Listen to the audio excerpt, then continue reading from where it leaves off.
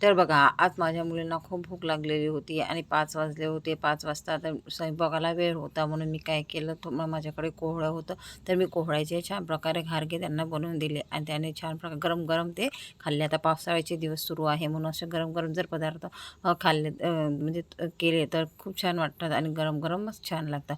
तर मी इथे कोहळं इथे बघा कोहळं घेतलेलं आहे. तर मी कोहळं हे चिरून घेतलेलं आहे. त्यानंतर मी थोडं छान धुवून घेतलेलं आहे आणि मी कुकरमध्ये टाकलेलं. त्यानंतर त्यामध्ये मी गूळसुद्धा मिक्स केलेला आहे आणि ते कुकरच्या 3 ते 4 शिट्ट्या होऊ द्यायच्या. नंतर कुकर थंड झाल्यानंतर ते मी काढून घेतलेलं आहे.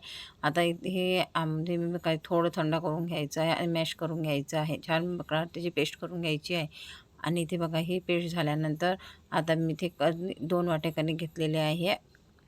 छोट्या वाटीने 2 वाट्या कणिक घेतलेली आहे आणि थोडं मी इथे हे तांदळाचं पीठ घेतलेलं आहे आणि थोडं इथे बेसनसुद्धा घेतलेलं आहे. अर्धा-अर्धा वाटी दोन्ही घेतलेलं आहे.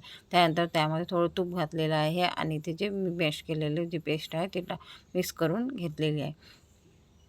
आता ही छान प्रकारे कडक गोळा तयार करून घेतलेला आहे. आता ह्या जर हा गोळा थोडा मुरू द्यायचा आहे 5 मिनिटं मुरू द्यायचा आहे आणि इथे बघा मी छान प्रकारे इथे पुरी तळून घेतलेली आहे आणि पुरी ही आपल्याला छान गोल लाटून घ्यायची आहे आणि ते ब्राऊन कलर येईपर्यंत तळून घ्यायची आहे. तर अशा प्रकारे मी इथे या सर्व पुऱ्या तळून घेतलेल्या आहे. तर बघा मैत्रिणींनो, गरमागरम असं पावसाळ्या दिवसामध्ये असेच पदार्थ छान वाटतात आणि मुलांना पण आवडतात.